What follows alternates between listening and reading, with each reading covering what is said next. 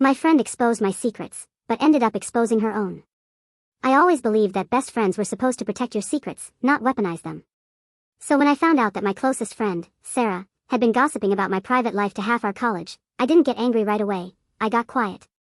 Because if there's one thing I've learned, it's that silence can be far louder than confrontation. Sarah and I had been inseparable since our first year. We shared everything, from heartbreaks to late-night dreams about moving abroad. So when I confided in her about something deeply personal, that I was struggling with anxiety and had started therapy, I thought it was safe.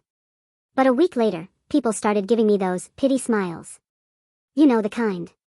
The I know your secret but I'll pretend I don't look. That's when I knew. At first, I wanted to believe it wasn't her. Maybe someone overheard us. Maybe I'd said too much. But then, one of our classmates slipped up and said, "Sarah told us you were finally getting help." That's brave of you. Brave? That word burned. It wasn't bravery they saw, it was gossip disguised as sympathy. So I decided to test her. The next time we met for coffee, I casually mentioned a fake story, that my ex had been messaging me again and I was thinking of replying. Her eyes widened with that familiar sparkle of curiosity. "Oh my God, are you serious?" she said, pretending to be concerned. I just smiled and said, "Yeah, but please don't tell anyone." She promised, of course. With a hand over her heart. 2 days later, my phone buzzed with a screenshot. Someone had posted in a private group chat, "Guess who's crawling back to her ex? Ollie."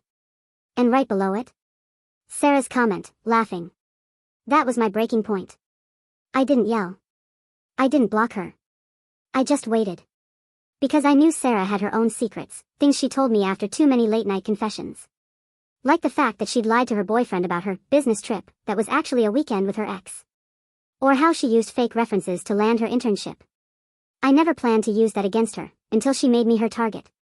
So when she threw a birthday party a week later, I showed up. Calm, smiling, acting normal. And when someone joked about my therapy sessions, I laughed and said, "Oh, it's nothing. I mean, everyone's dealing with something, right?" Even Sarah's weekend trips that her boyfriend doesn't know about.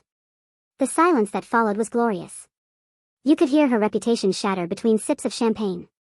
After that night, Sarah stopped talking to me. But strangely, I didn't feel bad.